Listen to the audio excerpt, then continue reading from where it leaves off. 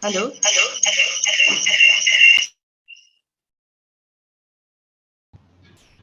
Yes, ma'am. Good morning, ma'am.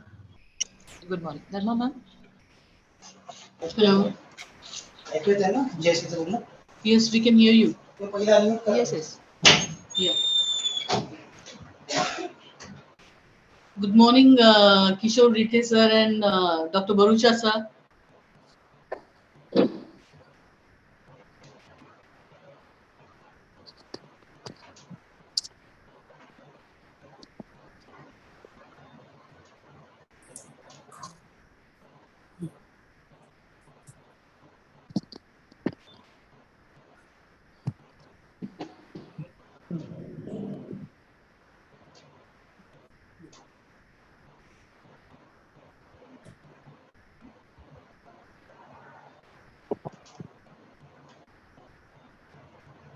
Good morning, ma'am.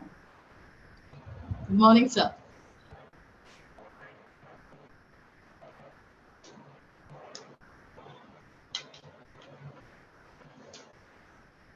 Sir, we will start our program exactly at 11 o'clock.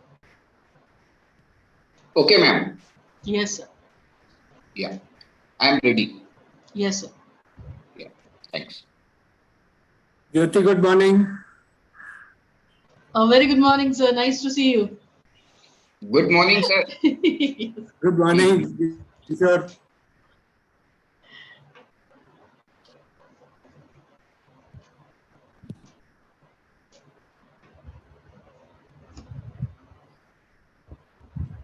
I was just telling Jyoti that in this more or less 10 days, I have to give this talk 3 times to 3 different organizations. Yes, Why this enlightenment has occurred? Must be because Kishore is very active these days. So people realize that biodiversity is very important. God knows what they want to do about it. They do realize, I think. There is definitely an increasing.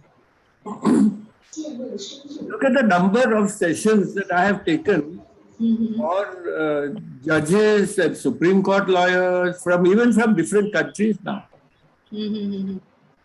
I've done for Bhutan twice. I've done for Ceylon, from which those judges still contact me about the Biodiversity Act because they don't have such a good act. Good act, right, sir. Right.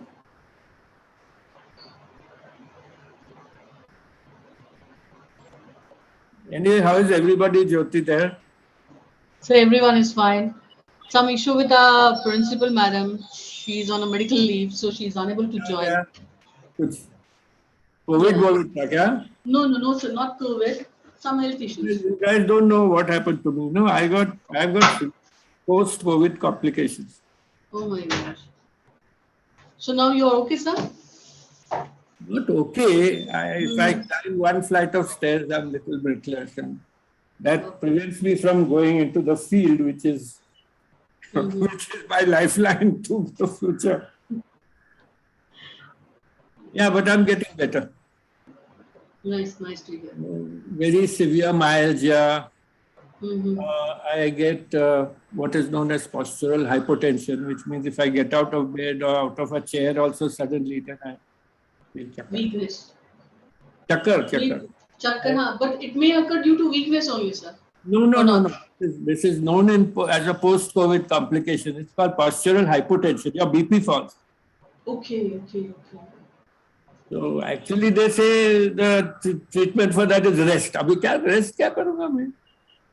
Sir, the treatment is correct, sir. You have to take a rest. Then only the things will be good. Jyoti, how many years you know me? Maybe 20 years. You never take a rest, sir. You never ever.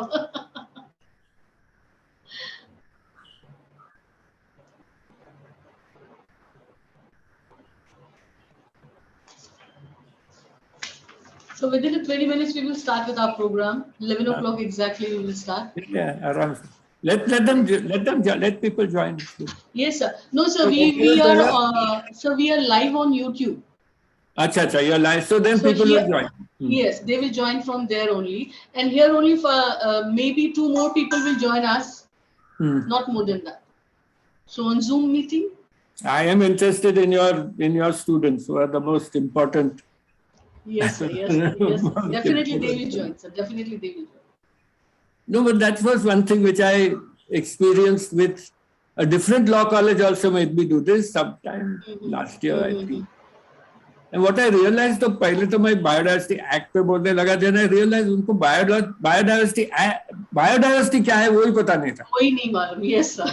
So then I had to reword many of the things. So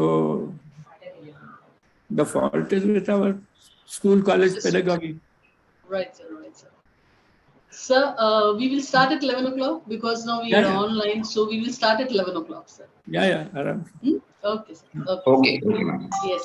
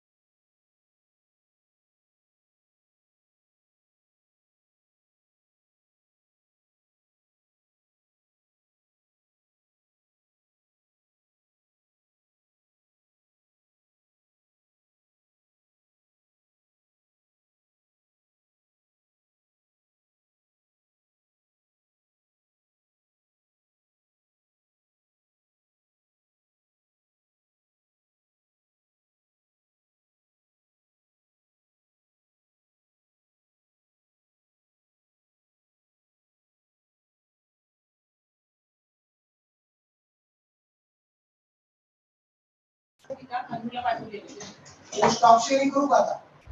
काय screen sharing stop करतो आता. Recording on करतो आता. Recording on कर.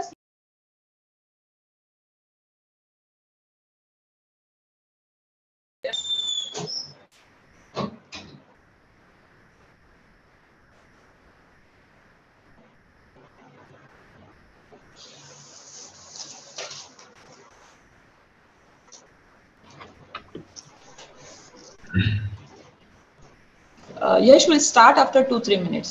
We'll wait Yes. for yes. Dharma ma'am. Bola. Sir, Dharma ma'am, Kumar sir is there. Yes. Good morning, Moab sir. Congratulations, sir. Heartiest congratulations. Thank you, sir. Thank you. Thank you. Good morning, Rita sir. Good morning. Yes. कसे आहात? मजेत. मजेत मजेत.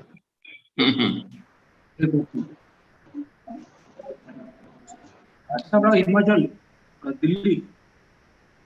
Good morning, sir. Good morning. Welcome. Good morning. Good Yes. morning. How are you, sir?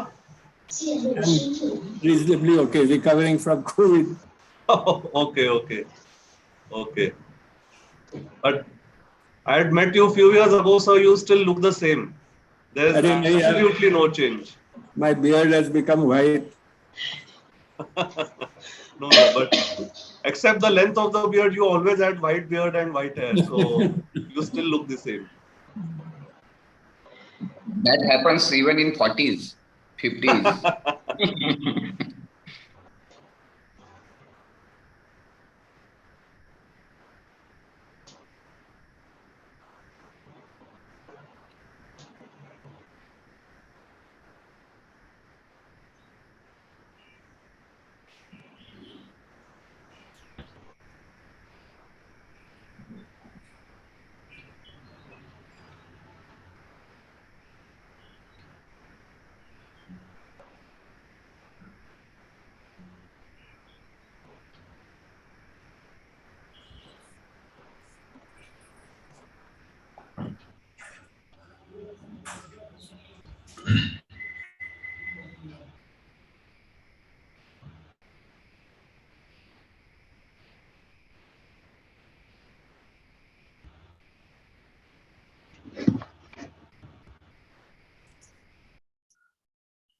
Jayashree madam.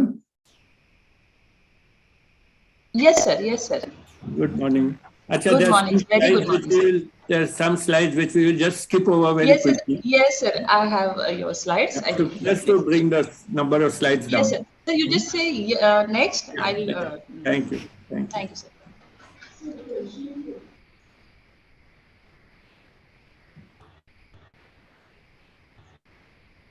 Umab sir.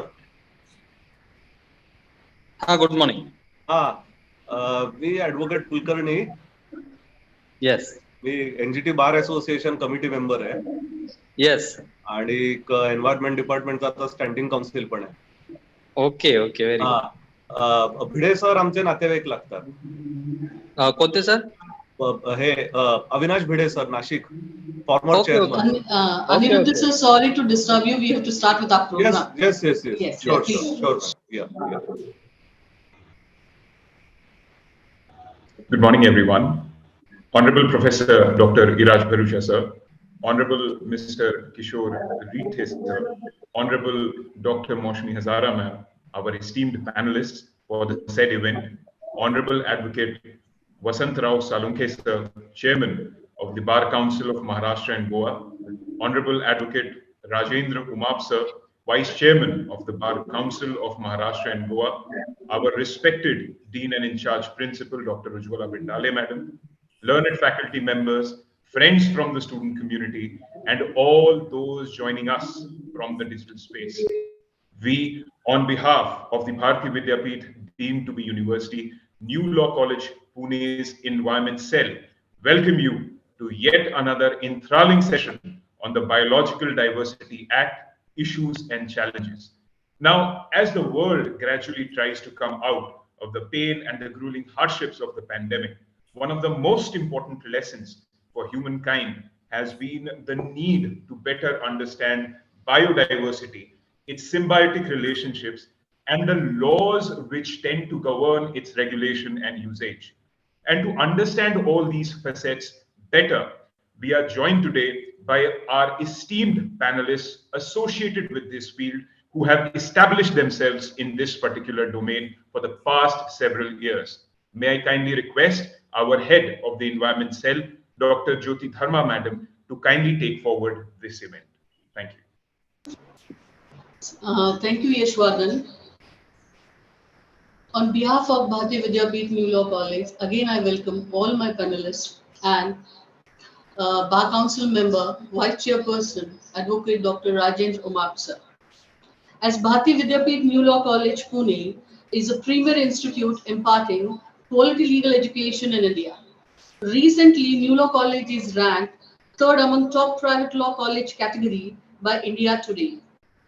New Law College is the recipient of A+ accreditation third cycle by NAC in 2017. College is also the recipient of Gold Star Award by BCI at its Golden Jubilee celebration.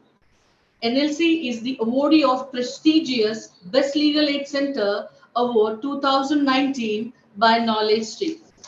This environmental cell, it is established in the year 2019 with a very short span of time.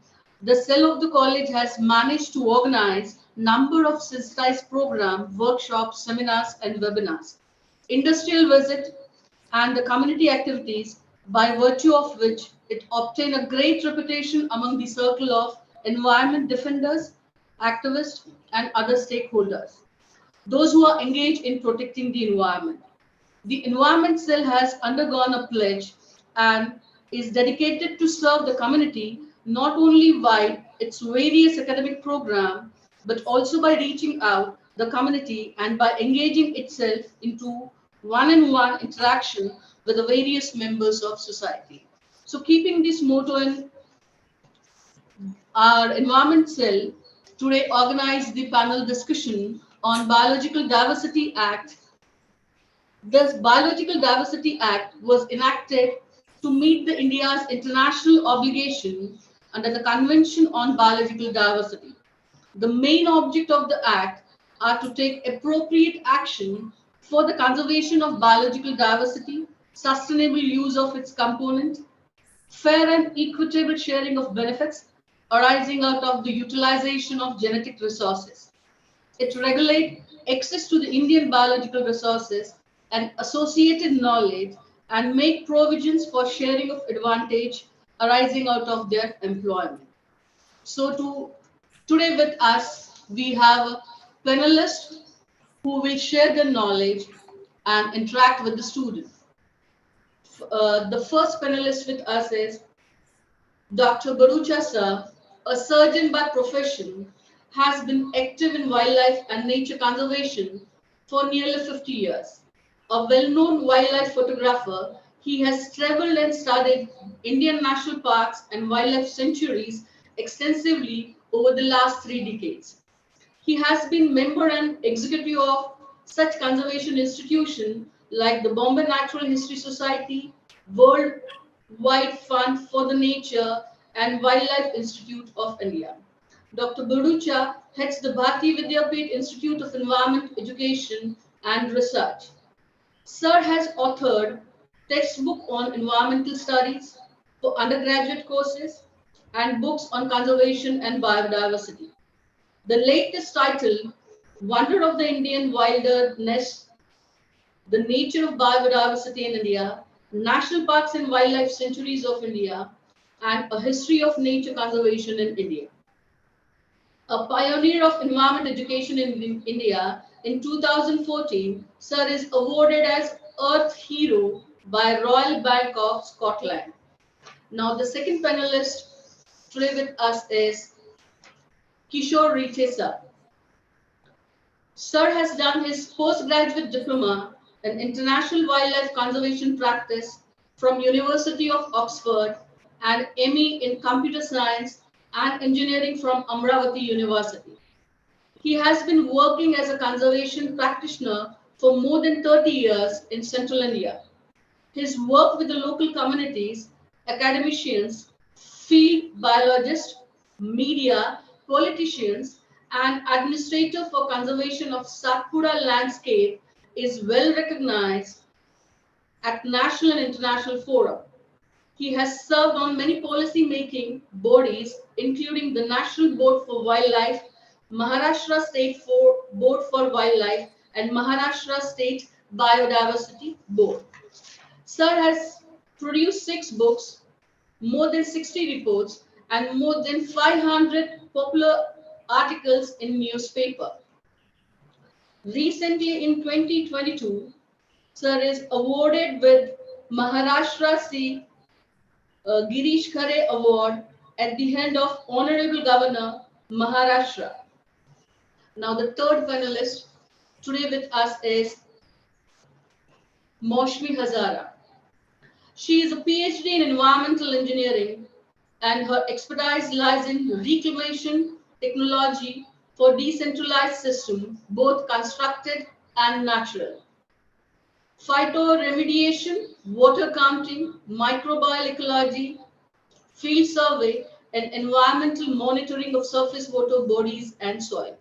She has recently worked on Ramsar site, Rainica wetland in northern India, for assessment of the main causative factor responsible for its quality degradation and proposing management options.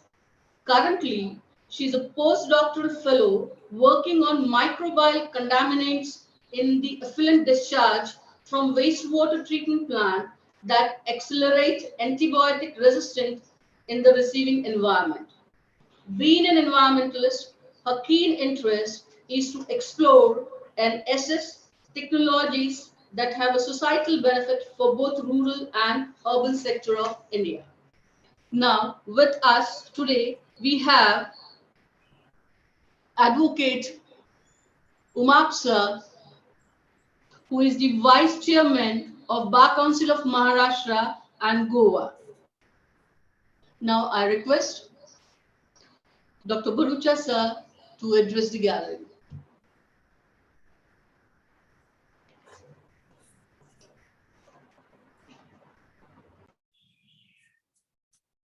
Good morning, everybody. It's a pleasure to talk to, in a sense, my own law college, with which I've been associated for so many years. And, it's very difficult for me as an old-timer in Bharati Vidyapith to say no to anything Jyoti asked me for. So I'm here today, in a sense, under duress from Jyoti madam. For all of you, especially my students of law, this is perhaps a very, very huge task now. And it's also become very, very urgent that you not only understand the Act, but you understand what biodiversity is about. And this is very critical. And it's among these two huge challenges that humankind now has to face. One is biodiversity loss, and the other is climate change. And they're both very closely interlinked with each other. So I'm going to take the liberty, and I talked to Jyoti about this, of giving you a little background first of what all this biodiversity business is about, right? Because it's looked at one point in time in our country, it was looked at as a spiritual thing. Today it's looked at as a business thing in various ways, right? But you as lawyers have to understand that the basic need for humanity for tomorrow is conserving this biological diversity. And that, though we have the laws to do, several laws to do that in various different sectors, we've got to make it work on the ground. And especially for the Biodiversity Act, that has not happened. It's not been sufficiently tried in courts of law. Like our Wildlife Protection Act has been tried time and again, and therefore also had to have changes and so on. But it was something which judges especially and lawyers became more and more familiar with over time. The Biodiversity Act is not that. Besides, there are certain complications in the Biodiversity Act, that it's a People's Act. And therefore, having given you this, I'll give you a small flavor of what biodiversity is about before I begin to talk about the act itself. Next slide, please. Oh, let's put on the slides. I can't see the slides myself. Can you share screen, please? Yeah. So this is really about biodiversity conservation through the Biological Diversity Act. Next slide. So currently, if you need to look at this, you have to look at it from two ways. One is that you can look at protected areas and say, what is the biodiversity there? But equally important, you have to look at cultural landscapes, human-created landscapes, right? And say, where is the biodiversity in this and how are we going to preserve that? So you can expect the Forest Department and various other organizations, congruent departments to look at it in protected areas, in national parks, sanctuaries, tiger reserves, community reserves, conservation reserves now. But when you look at this from a broader landscape level, then you have to see where is all this biodiversity. It's in agricultural lands, it is in pasture lands, it is in people's lands. It's also in urban and industrial areas, right? So giving you this little flavor, next please. You know, this is not really something that you can look at only at the national level. You have to look at it at global levels, you have to look at national levels, and you have to also look at it very much at local levels. Next, please. And that comes from the Convention of Biological Diversity, which we have signed as an international convention. Now, I want to tell you very quickly that this is not new for India. India has had this conservation ethic for thousands of years, probably. The Vedic principles which were there for conserving sites and species.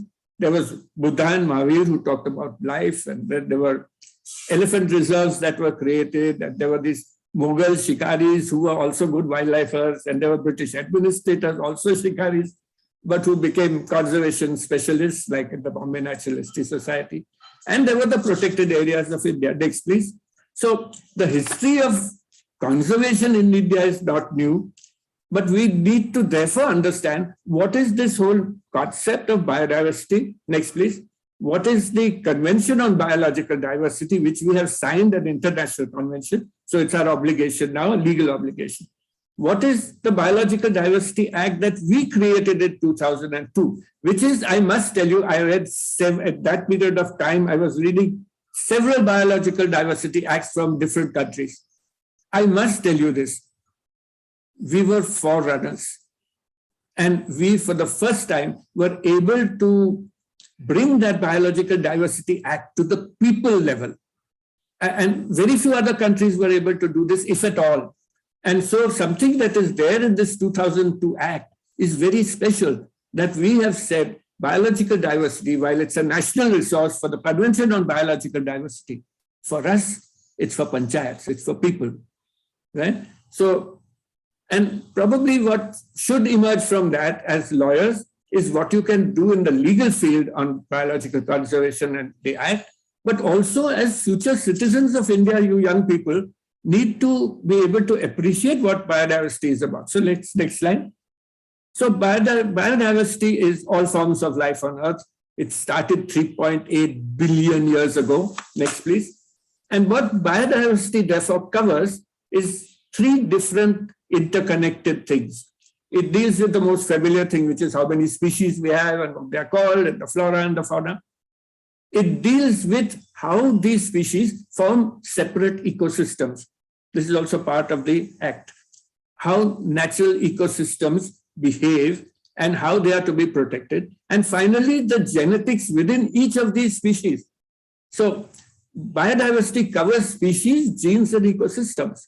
And for the Biodiversity Act, it is not only in the wild, but it is in the open landscape, in the cultural landscapes of India, whether it's farming or pasture land or whatever. So very quickly, next please.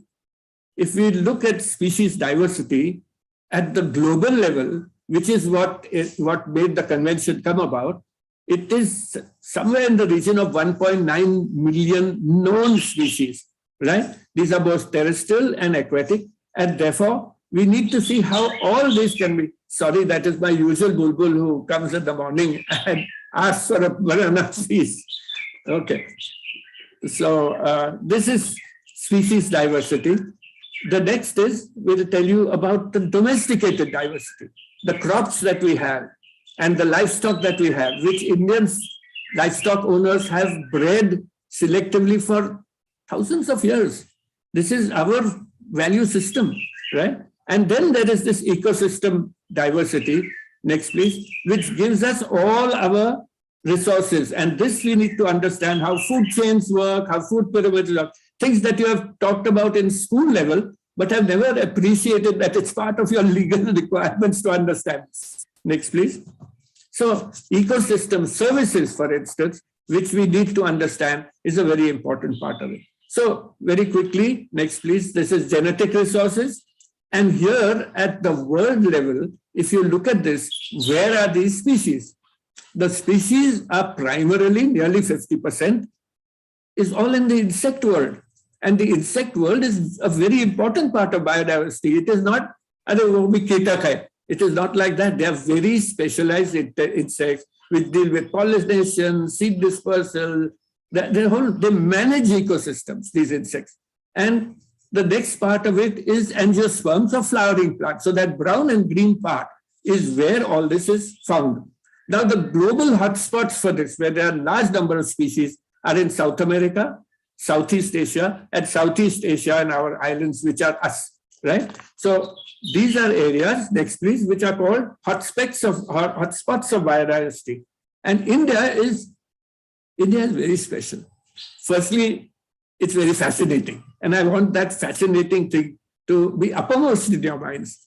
But if you look at it from India being a mega diversity nation, huge diversity, we have 8% roughly of the world's diversity in only 2.4% of the world's land. This is what makes us very, very, very special. And don't forget, we have a huge human population, land-hungry, food-hungry human population. So this is a conflict which the Biodiversity Act is supposed to deal with. And if you compare, I won't go into the details of this, but if you compare this, you look at the fish diversity of India and the bird diversity of India, and we are extremely high in the world for these two taxa. Next, please. So why do we want to preserve biodiversity in the first place? One is that there are many endemic species in India, which are found only in India. And they are found in these different 10 biogeographic zones, very specifically and very specific to India. Next, please. If you look at this, then why do we want to preserve this? Well, for me, it is because I love wildlife and I love flora and fauna, right? But I'm not saying all of you should take this pathway that I have towards understanding biodiversity. But it's a very important economic resource for us now. And we cannot move away from that thinking. So in the old days, we were thinking of it as a spiritual value. But today, we have to think of it as from its economic dimension. We cannot remove that, right? And so pharma industries, cosmetics, many other industries which produce resins, which produce paints, which produce all sorts of things, need this biodiversity as a resource. And very equally probably to be important is that it is a life support system for our forager communities, for people who live off the land, right? The tribals, for instance, who know all these medicinal plants in the forest. So this is their life support system. So that's another reason to support biodiversity in India. And the whole ecosystem services part, which gives you air and clean water and all this, brings about natural and cultural landscape resources into sustainable levels, means you're not eating it up, right, today. We need to understand that we are doing this for future generations of India as well. So we have a right to using it, our generation, but honestly, we do not have the right to destroy it before the next generation comes, right? We also, very importantly, do not know how many species there really are. So this is the historical background of the Biodiversity Act, very quickly, which emerged from the Convention of Biological Diversity, which in 1992, India played a major role in reframing when it came to us, right? The original thing was written by US. I remember talking about this and reading about this. And then we found that for India and Brazil, maintaining biodiversity resources for their own sake was very, very important. And this is where the biological convention changed in that time, saying that this is a national resource. It's not open access global resource. It's something that the nature possesses. Now, what did India do? Next, please. India did one very special thing.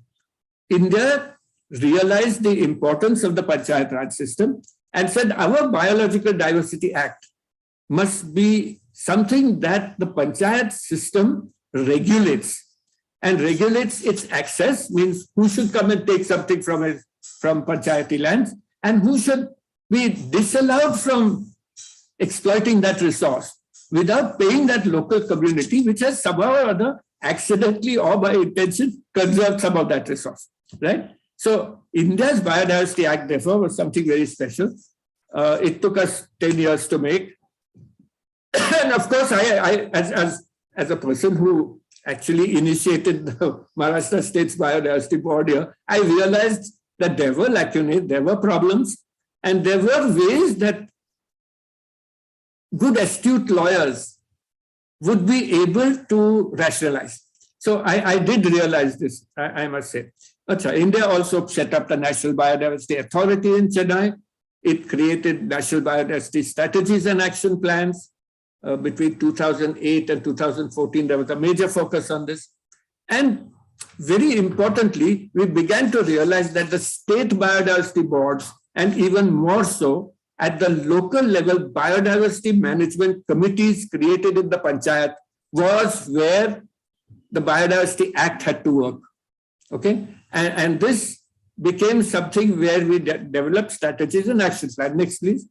Now, we also needed an international and a national biodiversity obligations which we had to meet. Okay, so we can look at that very briefly. You see, it spans 20 years, 30 years now. Next, please. The National Biodiversity Action Plan is closely linked to the Biodiversity Act, and sometimes we don't understand this, right? So that is something to look at. So if we are saying this is a People's Act, then we need a country and a state biodiversity strategy and action plan which meets those needs. Next, please. Right. So the National Biodiversity Action Plan really looks at 178 targets, which is huge, and therefore this becomes very difficult to manage. Next, please. So how are we going to implement the core functions of the Biodiversity Act? And this is very different from the Wildlife Protection Act.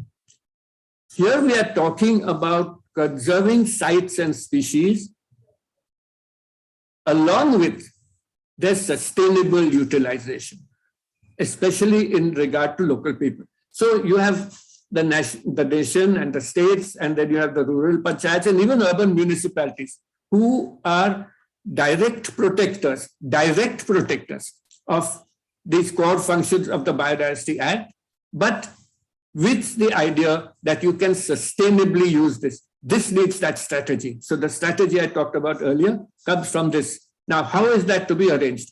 The first is there's the National Biodiversity Authority, then there are the state boards, which Retail is now part of. Then there are the biodiversity management committees at rural and urban levels. Now, this is where the people come in. So our duty and the lawyer's duty is to appraise these local biodiversity committees with what this Biodiversity Act is expected to do and how it is to be worked out and how it becomes law. Now, to do that, that village must know what biodiversity it has, what does it hold, what is its biological resources. To do that, they make what is called a PBR. Maharashtra has got now PBRs practically everywhere, and the BMCs are everywhere now, but PBRs lack one thing. This is my personal observation.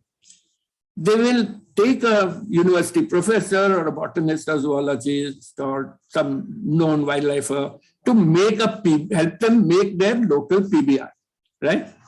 This is fine as far as I'm concerned, until the capacity of that local body to actually make a people's biodiversity register. We will need this kind of public-private participation, or whatever other ways universities to law college from ours. It would be great to do this, right? So this PBR must also document traditional knowledge systems. So it's not only making that list, it's saying how those lists were traditionally, how those plants and animals were traditionally used. This is a very important part because this is intellectual property rights of our people. Okay. Now, this has to then get into some sort of organizational setup. And one of these in the Biodiversity Act is access and benefit sharing, which means if a village has a certain resource, that village can have a pharmaceutical company coming there to take that, but that company must negotiate this. And the village has a right to say, no, you will overexploit my resource, so I'm not letting you come in. That's excess. Benefit sharing is if any type of industry or any type of organization is going to use this for a financial return, some part of that financial return, just now it is 2%, 3%, but it's also negotiable by the local biodiversity management committee, needs to get some money back, right? So, you know, I've discussed this with legal people. I've discussed this with our Ayurvedic Medical College as well, to say, yes, where did you get this resource from? And says, market Masalia. Now, that doesn't allow you to trace that biological product back to its source in that village. So how do you get it to the BMC? And therefore, we have got some mechanisms already setting up, and perhaps those are the changes that we need to look at, which is how do you get this resource back to those people? Next, please. So finally, this is the chain of things that we need to do. What can the judiciary do? Please understand the act very well and punish offenders. That's what we are supposed to do, right?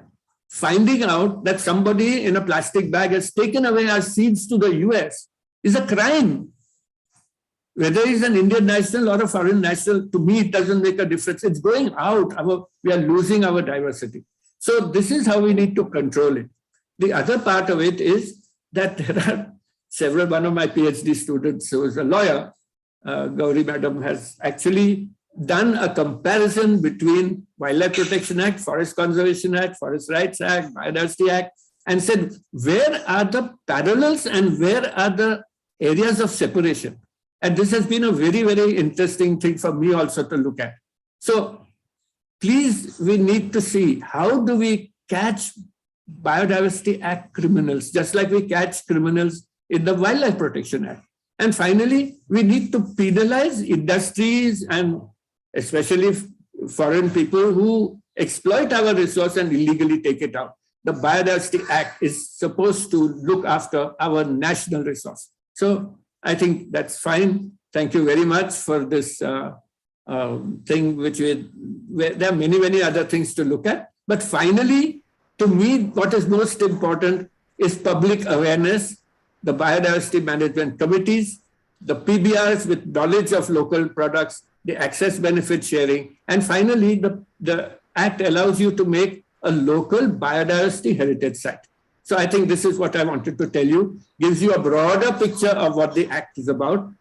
And honestly, it's very exciting. Thank you very much. Thank you, sir. Thank you for sharing your views regarding Biodiversity Act 2002. As you have said that as a mega diversity nation, it is the responsibility of not only the government, but the judiciary as well as the citizen, which include the lawyer, to preserve, to protect, and to conserve the biodiversity within the territory of our country. Thank you, sir. Now, I request Rite sir to say a few words about the bill which is placed in the Lok Sabha 21, Biodiversity Amendment Bill 21. Yes. Please, sir. First of all, let me express my thanks to Dr. Bharucha sir for explaining this topic so well to the students. and it would definitely help in today's discussion to now focus on the issues involved in this particular subject. So first of all, let's understand that as Sir has rightly said, that what is this CBD or Convention on Biodiversity or Biological Diversity, and how our Sir has already explained that how our National Biodiversity Act 2002 has come into existence. Now, the objective of CBD or the National Biodiversity Act 2002 was to conserve the Indian biological diversity and biological resources. That is number one. But not only conserving the resources, but conserving them along with the traditional knowledge of its use. So that was also the motive behind bringing this act. The next objective of bringing this act was to promote the sustainable use. As Sir has said, that this is not the Wildlife Protection Act where you want to give extra legal protection to the species that you have mentioned in different schedules of Wildlife Protection Act. But the objective of this was to ensure that community use these biological resources on a sustainable basis. Now, when you call it a sustainable basis, what is sustainable and what is not sustainable? That has to be defined and decided. And that's the area where we need further detailed discussion, and we need to transform this into act or the amendments. So this is the point to be discussed. What is sustainable, what is not sustainable? But when this act was brought in the parliament in 2002, that time the objective was not to regulate everything, but objective was to promote its sustainable use of the biological resources. And when you call it sustainable use of biological resources, you need to ensure sharing of benefits that arise out of the use of biological resources. Like if one village has got a lot of ashwagandha around that particular village, and some traders, they just extract ashwagandha and bring tons of ashwagandha plant in the cities. So what that village is getting? So village is not getting anything.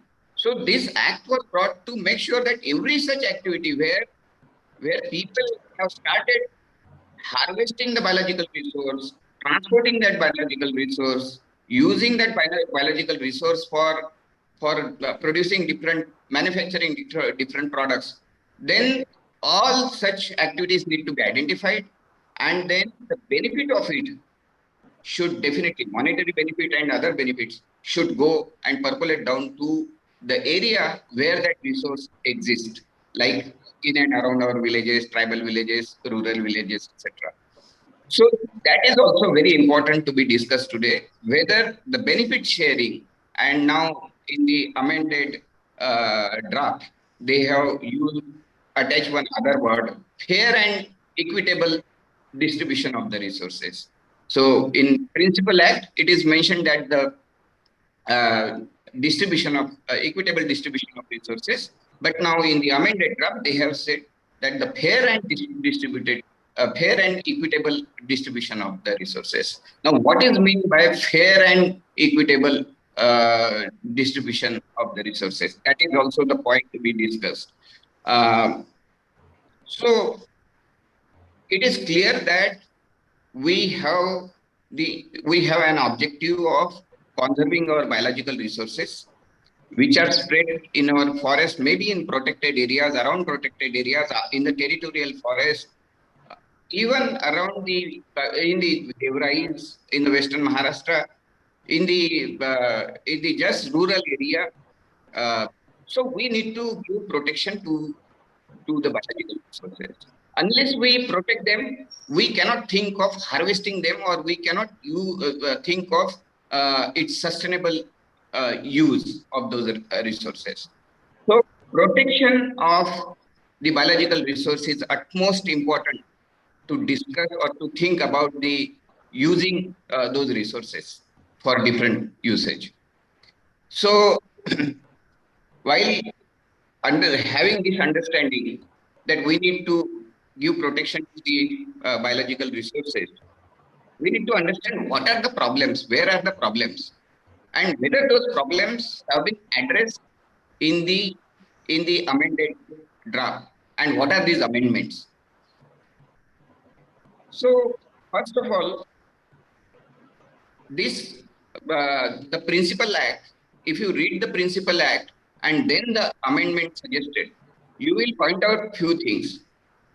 And one thing that that is mentioned there in the previous that is mentioned there, that the composition of the like sir has said that there is a NBA, National Biodiversity Authority, there is a state board for State Biodiversity Board, SBB, and then the BMC. So this three-tier mechanism is already there in the Principal Act. There is nothing new which is recommended right now. And the second thing is, we have the National Act, we have the rules also. And then we also need to understand that as this subject is on the concurrent list, every state has to pass their state act. So Maharashtra has got the Biodiversity Act, State Act, and then the state rules also. So by going through the amendments suggested in this draft, I thought that the previous, the Principal Act was all okay. And if there were some changes to be made in the Principal Act, then those changes should have been suggested in the procedures and rules. Because there are state rules, there is a national rules.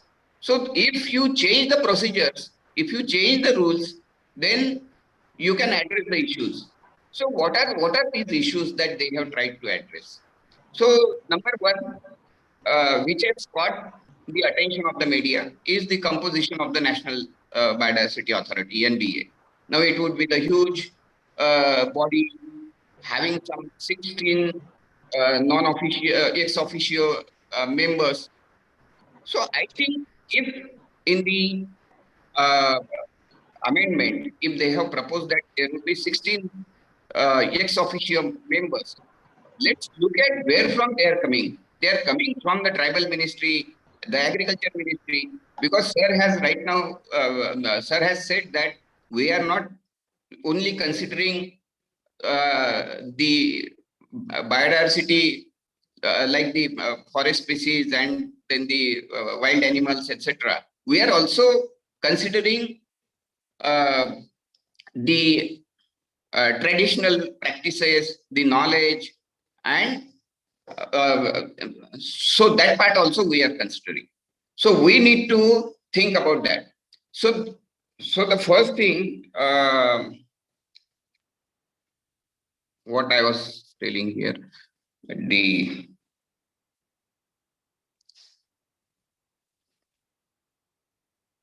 so the 16 ex officio members. So these ex officio members, they are coming from the tribal ministry, agriculture ministry, and all the concerned departments, which need to be made active for implementation of this act. What we have seen that today the National Biodiversity Act 2002 is not known to many people. Even the state act regarding this biodiversity, biological resources is not known to many people. So why it is not known to many people? And the reason is it has no teeth. And if you look at the amendments that they have suggested, so that the first part I have already explained, that 16 non-official ex officio members.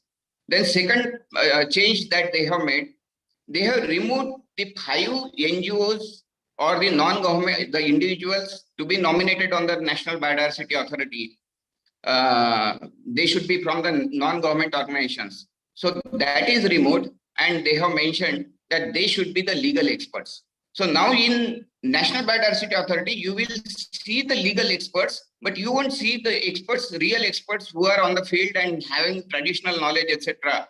And even the knowledge of equitable sharing of resources, etc. Because there are people, if you look at the Devarais and the people who have thorough knowledge about these Devarais and the medicinal plants, etc. You won't find those people there because they are not the legal experts. So that's one thing, one change which I did not like, that there should be the provision where we get the participation of these real experts who have spent enough time on ground. They should be also made part of the National Biodiversity Authority. So that is number one. Number two, the linkage between IPR and the IPR means the intellectual property right. So there was a link in the Principal Act. There is a linkage between the IPR and the Biodiversity Act. They have gone one step ahead in the amendments. They have also initially, if the farmers are growing some particular species in the agriculture field for just collecting and preserving seeds. Now that seed is also very important, and it comes under the different act, but that was not considered in the Principal Act, and even we could have filed an offense against that particular farmer under the Principal Act. So that change has been made, and now there is a protection given or provided to every single person or institution who is already protected under different acts, like the Seed Act or the Agricultural Protection, Crop Protection Act. If it is already, the activity is already valid, then ultimately that is protected under the Biodiversity Act. So that provision has been made here. So along with the IPR, they have provided protection to all the activities which are protected under, mentioned under different acts. Like you take the FRA, Forest Rights Act 2006. Now under FRA, a lot of communities have already registered their claims, CFR, Community Forest Rights, over the forest resources. And they have been granted community forest rights under FRA 2006. Now, whether you will file any offense under the community or against the community or the individuals involved in the community who are harvesting forest resources under FRA, no, now you can't, as per the amendment. So I think that's a nice provision that has been mentioned in the FRA. Now, if there are institutions who are one major change. See, if you read the statement of objects and reasons why the ministry has brought this amendment, they have mentioned that the concerns were raised by stakeholders and especially Indian medical system, the people involved in the Indian medical system, to reduce the compliance burden and the different conditions which are imposed on them. I don't agree with this, because if you read the Principal Act, Section 7, no person or institution shall obtain any bioresource for commercial utilization or survey without prior intimation to State Biodiversity Board. That means you can do that. You can extract bioresource, but you need to intimate to the State Biodiversity Board. What is wrong in that? That is acceptable. And the most important part is this particular Section 7 is not applicable to local people, communities, growers, cultivars of biodiversity, Vaids, Hakims, practicing indigenous medicines. So they were already excluded. We have not filed a single offense against any practitioner, medical practitioner or Vaid or Hakim under the Principal Act. So they were already excluded. So where is a chance of making this argument that these amendments have been brought just to give them more liberty to extract the bioresource? So that is not the case. And as far as the institutions, other people who were getting suffered, like suppose there is a research organization and some individuals of that particular organization want to conduct research on the bioresource, then they need to take the permission from the State Biodiversity Board. In the Principal Act, this provision is there. And they find it difficult and they have to pay some 10,000 rupees fees along with the application. That procedure has been laid out already. So where is the problem? If you have the problem with the 10,000 rupees, you reduce it to 5,000 rupees. In the procedure, states can do that. Where is the necessity to make this amendment? And in the amendment, what they have done, they said that individual researcher or the collaborative research, if there are some researchers who are foreigners and there are collaborative projects going on among the Indian researchers and the foreign researchers. And in some cases, Indian researchers need to send that bioresource abroad for carrying out some laboratory analysis. And many such cases were detected. So as per the Principal Act, it was not allowed. Now, what they have said that it is allowed even without the permission of the, and in the Principal Act, they have not mentioned permission or prior permission, etc. What they have mentioned, they said, you just need to intimate to the National Biodiversity Authority, just intimation that this particular institute based at Pune is having some collaborative research with the institution in USA, and we are just informing you. That's what is expected as per the Principal Act. Where is the problem? I don't see any problem. But now to ensure this or to smoothen this under the name of just ease of doing research, what they have done, they said you don't need to, for especially carrying out research on bioresearch and for collaborative research, even with the foreign institutes, you don't need to now inform to the National Biodiversity Authority. How the State Biodiversity Board or the NBA will come to know about these collaborations and the quantity of bioresource. I am saying quantity of bioresource, whether it is 1 kg or 10 kg or 1 ton or 2 tons, 10 tons. So that is also not mentioned. Now, as far as the present, the Principal Act is concerned, for the violation of this Section 7, where if somebody is extracting bioresource, individual is extracting bioresource for the commercial purpose, then it's a violation of, that is what is mentioned in Section 7 in the Principal Act. For such violation, there was a heavy penalty. And what was that penalty? 10 lakh rupees. And imprisonment for up to 3 years period. So this is the present provision in the Principal Act.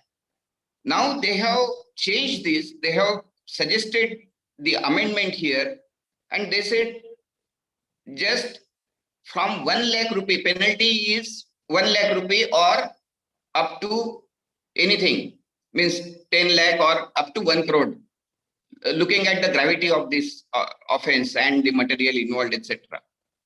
So here again, there is a dilution. I see there is a dilution. I agree that if you mention the huge sum like 50 lakh rupees fine, then people would hesitate to either book the offense. The law enforcement agencies would hesitate to book the offense. And even they book it, then the offenders would find some reason or excuse not to pay that particular amount. So it is better, always better to reduce it. But reduce it to what extent? From 50 lakh, you can make 25 lakhs. That is understandable.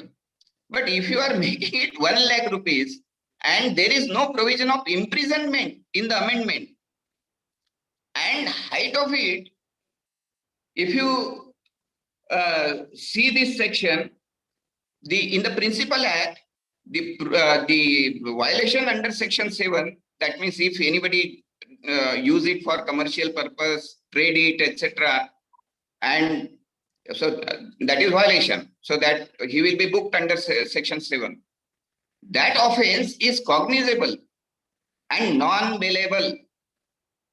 Whereas in the amendment, they have omitted this. That means it is not cognizable and it is not made non-bailable. You can get the bail and you should not take any cognizance of this offense. Now, what is it? I can't support this kind of penalty. So penalty has been the penalty which was heavy in the Principal Act, that is made less, and this offense is made non-cognizable and bailable. So I think now that's why this amended draft is now totally teethless. I would say, means there are definitely some good provisions. Like I said, there are the NBA composition is very good. Okay, it is very participatory. But again, in NBA provision, there is no participation of the experts, real experts coming from the field and who are from the non-government organizations, etc. So there is no representation. Why they have made this change, I don't know. And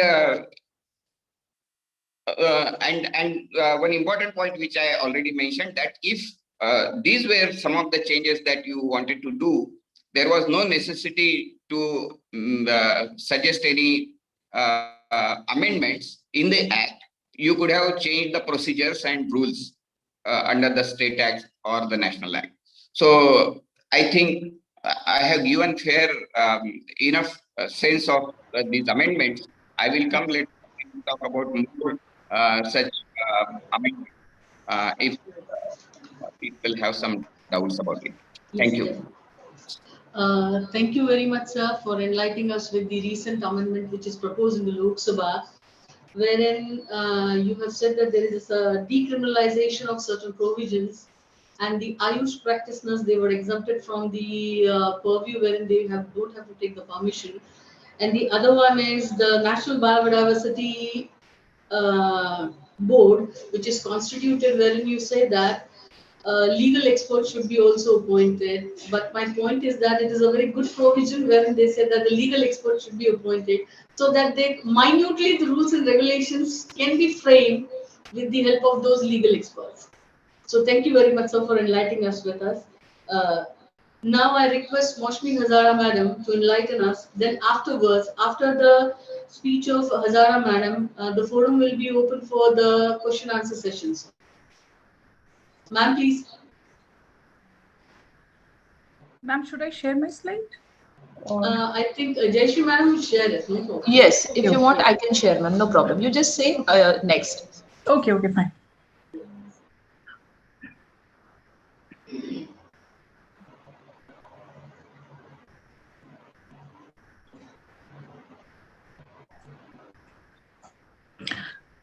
So, good morning, everyone. Thank you, Jyoti ma'am and Jayashree ma'am, for providing me the platform for my talk. And of course, I'm blessed where I share the opportunity to meet Bharucha sir, and as well as Kishore sir, Umap sir, and Kulkarni sir. So, good morning to everyone. So, they have talked about all the details. I'm not sure how much I'm going to imbibe to the young minds about this topic. But anyways, next slide, ma'am. So coming to a nutshell, what is biodiversity actually? It is the individual life forms along with all the interaction between these life forms. So Bharucha sir has said already about it, but anyways, suppose there are two areas, and the yellow area, that is the area 1 and area 2. Suppose we have the figures represent different species. And in area 1, we can see a variety of species which is present here, though the area is less as well as the number of species is less. And in area 2, there are 2 species, red and in blue. So they represent that though the number is large, we say that the yellow area, that is the area 1, that is more having more number of species, and it has species richness, and this is actually the platform for this biodiversity piece. So generally what we see is that the biodiversity regions are mostly in the tropics, and they have more species, and there is ecological interaction as compared to the colder regions. So mainly it is found in protected areas with wild lands, and indigenous people who are living in such areas, we find that they are much diverse as compared to the other regions. Next slide, ma'am. So what are the threats to biodiversity? So it's the pollution. There are some factors that triggers the loss of biodiversity. One of them is pollution. It may be water pollution, soil pollution, air pollution, anything. And the second is the land and sea use changes that results into habitat loss, as well as there are a number of factors leading to various changes. And climatic change is also one of the factors. Why? Because due to variations in climate, maybe the species that shifts to other place, or it may die. So climatic change also, in a nutshell, I'm just saying about this. And there are species overexploitation. When we exploit species for taking our benefits, then we exploit the species. Moreover, there are invasive species, and that results into various diseases. Next slide, ma'am. So regarding resources, what are biological resources? So biological resources are like, we can take an example. So suppose if I'm using gold may be a resource for me, and I'm not using iron. So maybe iron is not a resource for me. The same happens with every resources. So that comes with biological resources, which says that any genetic resources, like for example, plants, animals, microorganisms, or any genetic material and byproducts, we are excluding the value-added products, which is of potential use for us, but that also does not include human genetic material. So this has been amended in Section 2 of the Biological Amendment Bill 2021. Next slide, ma'am. So why are they exempted from the Act? First, so that the export is not hampered. Maybe we have some products, we have some, for example, cream. So using turmeric. So maybe if that is exported, that export is not hampered. Second, exemption of human genetic materials in research and molecular biology and biotechnology. So now in India, we have quite a number of researchers who are working on, as Rathi sir also said. So the researchers, they do not have problem to actually give intimation to the Biodiversity Board. For example, when I went to Himachal, so we had a letter from our professors and we submitted it to Biodiversity Board there in Uttarakhand government, and then we got permission to survey that site. So the third point is conventional breeding and certain governmental approved collaborative research projects. See, whatever the projects we get, for example, what projects I got is from Department of Science and Technology. So we have the funding, we have the intimation, and then we work on. So there are about, and the next thing is that we have almost more than 400 biological resources, which are exempted by the central government under Section 40 of the Act, that can be solely used for trade or as commodities.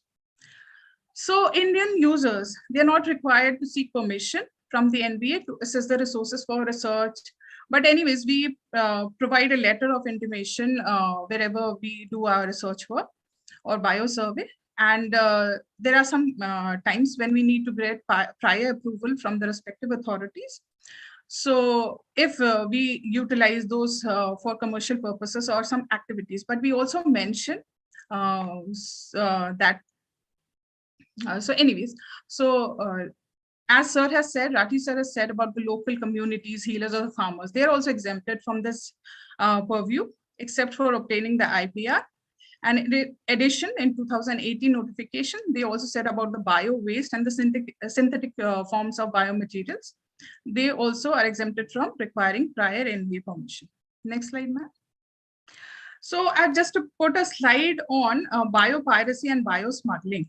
So when we were young, we used to watch movies, and then we have heard about the word smuggling. So the same thing happens in this case also. So in 2008, it was reported that some scientists, they were illegally taking the insects from West Bengal, and they were imprisoned. And the same happened with 2 Japanese nationals also in 2015, where they collected some vulnerable species of reptiles from the Western Ghats, that is the hotspot in Kerala. So the same has happened with the brinjal species, where the Tamil Nadu Agricultural University and University of Agricultural Sciences, they gave it to Maharashtra hybrid seeds, which they used it for their research. And next slide, ma'am. So the main thing is that what are the steps that should be taken to protect the biodiversity? So as we know that the humans, the wild nature, the environment, all the interaction is needed for survival. And therefore, we must allow enough space for nature to support healthy biodiversity. What the thing is that we can do is that we can interact with our families. As Sir said, that people don't know about biodiversity. So we need to interact with our family. We need to discuss it in the friend circle and also discuss with the experts. For example, I've got a platform to talk with. And as Bharucha Sir said, that we should also work on ground level. So this is why, because people don't know about it. And when we talk and when we disperse the knowledge, we surely get healthy and healthy response. Next slide. So as I've already said, that every living and non-living things play a part in the ecosystem. So we need to actually preserve biodiversity so that our future is secure, as well as we provide better opportunity to our next generation. So this was a short, brief talk. And thank you, ma'am, for this presentation. Thank you, Maushmi Hazara, madam. Nice presentation, wherein you try to explain us the meaning of biodiversity and some cases wherein the people are imprisoned according to the Act. Thank you very much. Now I request all the panelists so that we can, the questions which were raised by the students, we can discuss in this particular forum. So first question which is raised to Dr. Bharucha sir, it's related with that. How does Biological Diversity Act helpful in the conservation of flora and fauna, or only it is related with the fair and equitable sharing of the benefits? Yeah, this is really a very good question, right? Yes. Yes. Because the Act says conservation and sustainable use. Now, because conservation in our country in the last 200 years of British regime has been looked at as something which belongs to government, something that government should do, right? We needed to bring in this whole thing of how people interact with this. And therefore, this Act not just asks for conservation, it asks for its sustainable use as well. Now, having said that, my experience with this from across the country, because I've visited so many of these areas in the last 4 or 5 years, not in the last 2 years, but for 5 years, I came across so many aspects of conservation which were being dealt with by local people. I was part of the NBA and UNDP program to look at that. Now, they were naturally much more interested in the Act from the point of view of what benefit they would get. And I don't blame them for that. Everybody does that, right? But that feedback from what they were getting out of that resource into conserving it was missing. Now, this is something which is a personal observation of mine based on about 20 sites and meeting people in 20 areas, a little more than 20, I'm afraid, and saying, where are the champions for conservation? And we looked at this from the point of view of both individuals, local individuals, tribal people, right? I mean, just to give you one quick example, the one that I admire most is a guy called the Tuber man of Kerala. He has 100 species or more of tubers in his own small farm, plus, of course, rice varieties and so on. I've talked to so many community groups who said, oh, yeah, we use these 20, 30 different varieties of rice. This is Koraput.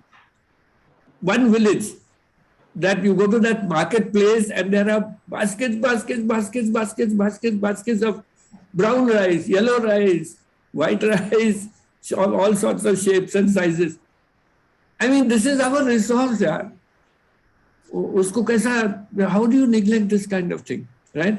You go into any farm place. I mean, in Maharashtra, look at the khillar, right? Khillar is a specific breed of cattle which we have domesticated over so many generations. Nobody even knows how many generations, right? We asked the animal husbandry department, what are you going to do about this? So they said, yes, sir, we are going to manage that khillar so that it can produce more milk. The khillar was never meant to produce milk. The khillar was meant as a draught animal for pulling your plow, pulling your balgara or whatever, and for the farming transport that you needed, right? Now you take that animal and you make the female in that make more milk. You are losing a genetic resource of that power of the khillar bull. And of course, it's very beautiful also. That's a different thing. I mean, you might like Alsatian, somebody else may like the women picture, somebody may want a Pomeranian, right? It's not only that, right? But this is something where it has certain inbred personality, if I might call it that, right? And which is so incredibly important. You have to preserve that gene, not the gene for producing more milk, which you get from other cattle of India. Anyway, so it's a very hot topic for me. Right? So this is something which you need to look at and understand, that the Biodiversity Act is meant to do this, but honestly, it is not very implicit. When I tried to do that through the board, firstly, I got a lot of resistance. Like when I sent somebody to the animal husbandry department and said, "Aapka biodiversity bachana hai," the first question was, "Amcha kahi sambandh nahi hai, sir." You know, so I mean, this was something that was, in fact, it was a shock for me.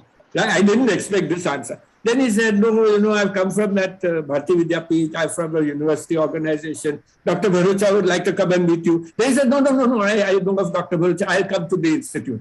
And then there was a sea change in what that bureaucrat thought of in the animal husbandry department. But within 3 months, he was transferred. So, you know, these things, you all as lawyers also have to catch them very fast. You can't work on this in the way we used to work in the past. It has to be very urgent now, because now it is a crisis. I don't know whether I've answered that fully, but I could talk about this for several hours, so let's stop now. Thank you. So the next question which is raised by the student is, as you have said that the act is made for the people, public. So the creation of PBR is the most important provision of the Biodiversity Act. But after 20 years passed, whether the PBR is prepared by the local authorities in reality? Again, a very good question, right? A very good question. In fact, if you look at the way we have drafted our Maharashtra's National State Biodiversity Strategy Action Plan, it brings out very strongly the capacity building of a BMC to do PBR. Now, here you are using village people who know their traditional knowledge of biodiversity, right? But their link to the science of this and the legal aspects of this is totally missing. So, therefore, you have to go down there and work with them to build their capacity. Currently, what is happening, some NGO goes and writes it off, or some scientists from a university, like two, three of my people have done, go and help them out in writing that. That does not internalize the use of the PBR, right? Which must match the taxonomic orientation that the Westerners brought for us and the local traditional knowledge of this, which I think Rite brought up nicely, right? So understanding what were those traditional uses and how they can be leveraged so that wrong access does not happen. I don't think I have a good word for that, sorry. Okay. Right? So that kind of thing needs to be looked at in PBR thing. Now, even during my time as a chairman, I was already getting PBRs, and I'm afraid I had to reject several, right? Because I found they were copy-pasted from others, or whatever reasons, right? But we now need to definitely look at PBR in much greater detail. It's not the same old PBR that we were making in the past. And therefore, once you have to go from the PBR level to the ABS level, and now in fair and equitable distribution, then we need to bring out that aspect in the PBR, because the PBR is the legal document. And there were other things. Should the PBR be a document which is the property and the right of the local village community, or should be an open access document? I am very scared of this document. In the past, it was very strongly suggested that this should remain a secret document between the local authority, which is the BMC or the Panchayat, and the State Biodiversity Board and NBA, and that open access to that would actually lead to more exploitation. This was the thinking. Currently, it is now going to be made into an open access document, right?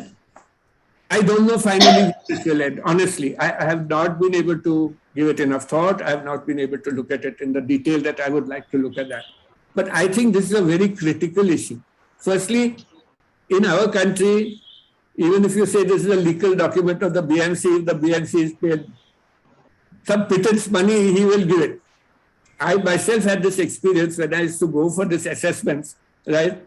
And not as a person with the Biodiversity Board or anything, for other evaluation purposes. When I was going there, I just said, "Malai copied the narka." Now, at that time, it was supposed to be a private, secret document. Yes, now you're putting those documents onto the net for free access to everybody, which I think will make it easier to access. But please, I'm not an expert on ABS, right? Though I speak on ABS many times. But basically, a lot more thinking has to be done about this issue. So I think that's what PBR is about. Certainly, capacity building of the BMC is very important. Selecting the right members of the BMC is very important, because it's a quasi-political body. So, pressures come from इनको ले लो, उनको ले लो, वो होता है, party का ये होता है. So, we need to understand how we are going to bring this up. And there, I believe our school and college education fails. So unless you bring that level up, right, and therefore training teachers becomes very important, which is why I talk to school teachers about the Biodiversity Act, because that is your spread. Anyway, I hope that answers that. Thank you, sir. Thank you very much.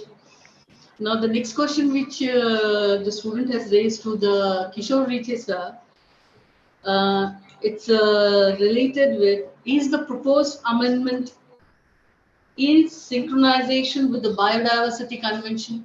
The proposed amendment, is it in synchronization with the Biodiversity Convention? See, if you look at the Principal Act, the present act, it is in synchronization with the convention. And government intention should be to enhance the overall working and the biodiversity conservation initiatives. And see, when you had done the past amendment, you have come across with all our state boards, they have come across many experiences. And they also were facing problems with the existing provisions. and they felt that these provisions are not enough, this should be included, etc. So if government find out those things and suggest those for the amendments, then it is acceptable. We can understand that yes, this principal act or the existing act would be more effective in tackling the present problems facing to the people on ground who are working for biodiversity conservation. But I think in many amendments to look at, you will be surprised to see them in the format how it is written. I will just give one example. There is a provision of appeal. First of all, there are disputes because in our federal and the state system, there are always conflicts among the states. State is fighting with other state, state is fighting with the union government, and same reflects in the working of the NBA and the SPB, State Board for State Biodiversity Board, as well as National Biodiversity Authority. So to settle the disputes between the State Biodiversity Board and the NBA, there is a mechanism. You can file the applications in the high courts as per the existing act. Now in the amendment, they have replaced high courts and they said NGTs. Now Advocate Kulkarni is sitting here. You ask him the status of NGT benches in India. Most of them are defunct. They are unable to operate because there is no quorum, and only NGT principal bench at Delhi is operating. Now you imagine if this amendment comes and all the such disputes, and first of all, the disputes mechanism means if State Biodiversity Board has got some dispute with the National Biodiversity Authority. So that provision is now in the amendment. They have suggested that there won't be any dispute. They presume that there won't be any dispute. So that is omitted. Okay. It is very surprising. And second is that they have said that if there is some appeal has to be made, then that has to be made in the NGT, not in the High Court. So High Court word is replaced by NGT. That I could not understand. So the answer to your question is yes, our present act is definitely addressing the issues which are expected in convention, but it definitely needs some improvement. All the state biodiversity boards have gathered a lot of experience, like some of the issues have been already told by Dr. Bharucha sir, and I when he was chairman. So we have already come across with many, like the basic issue I will tell you is, see, when there is a bioresource in and around any village, and that villagers now have documented that bioresource or many bioresources around the village in the PBR. How can you use it for sharing the benefit or giving the benefit to the community? Right now, that resource is coming to the market and it is sold to the medical practitioners, Ayurvedic doctors, etc. They are purchasing from the shop. And there is absolutely no accountability of the shop. Nobody knows how much resource is coming from that village. And even villagers don't know how much amount that they have to charge. Okay, so forget about the benefit sharing. There is no mechanism. So it is the responsibility of the state board, and there is a procedure laid out that you can fix up the amount. The BMC can charge that particular amount, and you can give license to the trader that this much amount of the bioresource has been given to the trader. Trader can transport it to the city and he can sell it to the shop, and that shop one can make it available to the Ayurvedic doctors. So this is a legal way. So one has to find out and place this system in place. Otherwise, you will then tomorrow blame all the Ayurvedic doctors and will call them chore. They are not they are not doing anything illegal. They are in fact helping Indian medical system. So it is our responsibility to accommodate them in the existing law and the procedures. So it is the responsibility of the State Biodiversity Board to lay out the proper procedure and address their issues. So I think that these are the issues which seriously need to be addressed in the amendments. Sir, as the proposed amendment bill, which also you have discussed, that the Ayush practitioners, they were exempted and they no longer required to take a permission or approval. So don't you think it will pave way to the biopiracy? See, ma'am, what happened in the present act, there is no word called Ayush practitioners. Yes. They have mentioned Vaids and Hakims. Yes, yes. And even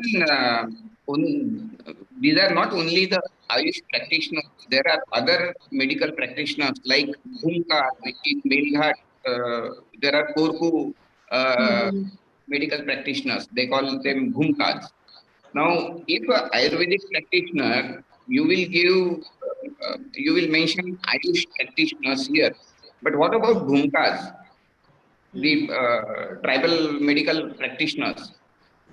So, okay, I can understand mentioning this word. But again, the issue which need to be addressed is how can you make the biological resource available to Ayurvedic practitioners? That's the issue. You can mention Ayush, means in the amendment, they have mentioned Ayush practitioners because all Ayurvedic doctors, they were facing this problem. So that is okay. But you also need to identify other medical practitioners who are the tribal practitioners and very indigenous, and they come from the indigenous communities.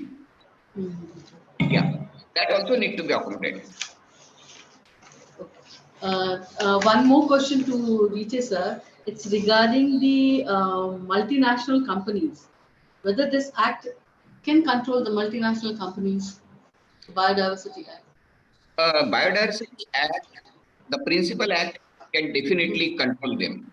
But the amendments proposed cannot control them because we have already, in the amendment, we have suggested some ways. Like suppose they have introduced the word companies and foreign companies also.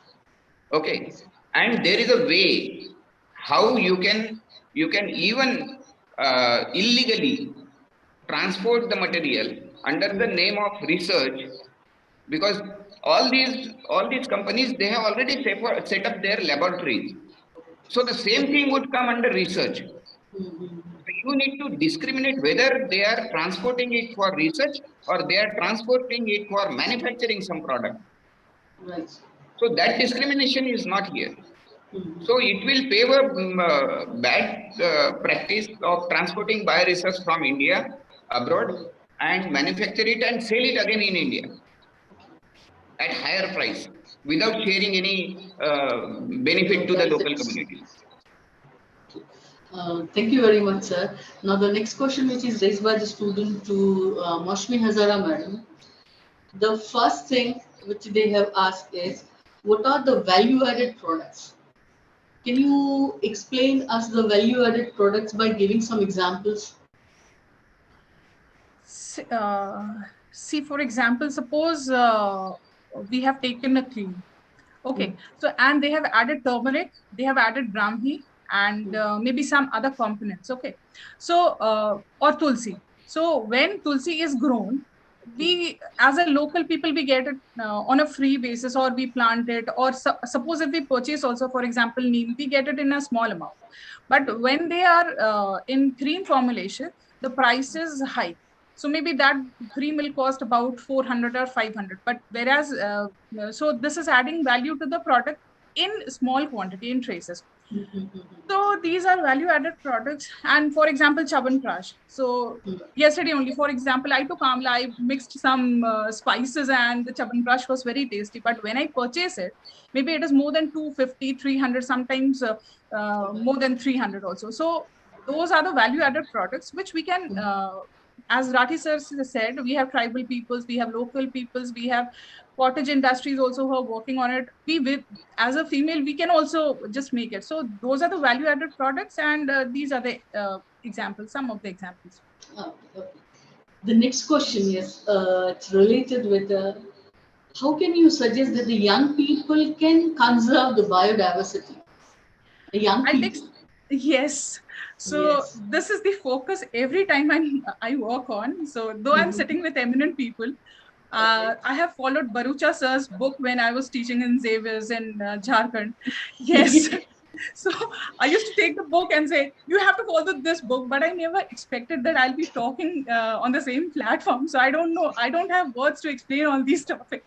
So, but anyways, the thing which I used to say all the young students is that you cannot take it on a big scale since you're young. You need powers, you need many things, but by the time we lose everything. So what we can do is that we just see our surroundings and we work on it. For example, we can protect the environment in some way. You take initiative to work on some problems. Whenever I get opportunity, for example, I'm in IIT, whenever I get opportunity, I just pick up any piece of project which I'm like interested, and I go there, even if I'm paid or not paid, but that is my responsibility, my duty, so I have to do it. So that will actually, all these actually builds a strong economy, then it can be, jobs can be created, and moreover, you can be financially rewarding, and I don't know how much financially rewarding I have been, but I'm best to talk in such a platform. So whatever work is that, let us do it with ourselves, near our surrounding, and I think that small pieces of work will actually help us in the near future. Okay. So the last question, which is raised by one student, he said that how the research can promote biodiversity. While doing the research, how we can promote the biodiversity? See, there are now what government is doing is that they are actually sanctioning many research projects. And the best part is that latest I have come across a DST project, which was actually trying to promote women in research. So one of my friend, she got a women scientist fellowship recently, a few months back. And it was very easy for her to get that project because she was working on tannery wastewater like that. So what happens is that I would suggest all the young students to apply for fellowships. It's not always that you need to go abroad to work. We have a country, we have everything. It is the initiative you need to take. Sometimes people think that, yes, paisa nahi hai, we don't have funds. It's not like that way. Government has allocated some amount. And moreover, the projects are also funded by the professors and the teachers who are there. And they're constantly working. Because when I came here, I just understood the scenario, what is happening. So research in India is not taken as a profession. When we go abroad, we think, we have done a very good research. So this is what. So there it is taken as a job. But here we can take it as a responsibility. So people, students who just go for different fields, they need to actually understand what research is. And it was like when I was teaching, I had imbibed this feeling of research to commerce students also who were taking MBAs. In every field, people can go for research. The more deep you go, the more interesting you'll find. And the more interesting you find, you'll keep on working. And when you work with your choice, you feel very happy to work on that. So I think that young generation should orient themselves towards research. And I think that many problems will be solved. So you get answers for everything in that process. Thank you, Azara madam, with your wonderful suggestions to the young generation that what they can do in the future by doing a research and by protecting the nearby environment. Not necessary that there should be any kind of a consideration should be given to them.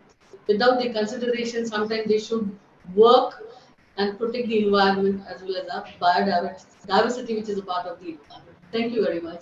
Now over to Yashwardhan. Thank you very much, ma'am. As goes the famous English adage that honesty is the best policy. Let me be very honest in saying that almost every presentation had a distinctive element which surely has enhanced our knowledge and understanding of the Biological Diversity Act. Let me equally express my happiness on seeing the participation of the cute little bulbul at Dr. Barucha sir's residence, who with her presence surely added a great deal of music and melody to this particular event. I'm convinced that she too must have affirmed to what all we've discussed and deliberated today. With this, we now move to the vote of thanks. It is to my honors that I have got the opportunity to propose the vote of thanks for today's event. At the outset, we would like to fondly remember our founder chancellor, Dr. Patangrao Kadam sir, because of whose blessings this event has been a great success. We are grateful to our special guests, Honorable Professor Dr. Iraj Bharusha sir, Honorable Mr. Kishore Rithe sir, Honorable Dr. Mosmi Hazara madam, who with their presence has surely added a great deal of substance to this particular event. We are equally grateful to Honorable Advocate Vasant Rao Salunkhe sir, Chairman of the Bar Council of Maharashtra and Goa, Honorable Advocate Rajendra Uma sir, Vice Chairman of the Bar Council of Maharashtra and Goa, who participated in this particular event. We would like to sincerely thank our Dean and In-Charge Principal, Dr. Ujjwala Bendale Madam, who with her ingenuity and wisdom continue to guide the Environment Cell in all its endeavors.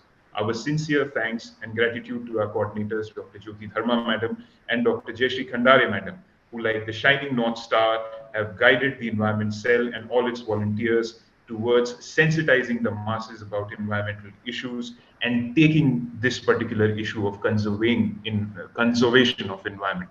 A special thanks to Advocate Anirudh Kulkarni sir for his support to the Environment Cell's overall functioning.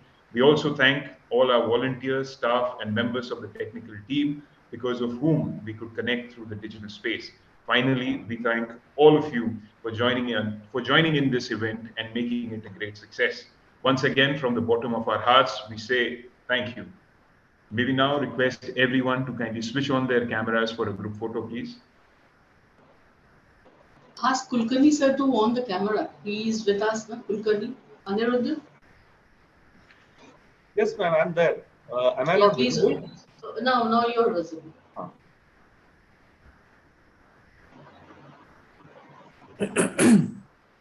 Yes, thank you all. Thank you so much. From my side, Jyoti and Jayashree, thank you so much. Jayashree, very special. Thank you so much, sir. Thank you, sir. Thank you very much. Thank you very much, everyone. It was, I think it's been a very good session. Yes. I think there have been lots of learnings, but it opens up so many new ways of doing this. And one thing, Jyoti, I would love you to do really is to get your law students at this stage to interact with students of environment, biological, technology, definitely. Ayush guys, right? We can bring those together as small interdisciplinary groups. I think there's a lot to do with this. And maybe we can set up something together. I'd be very happy to help you in whatever way you want. Most welcome, sir. Definitely. We will love to do all these things, whatever you will tell us, sir. Definitely.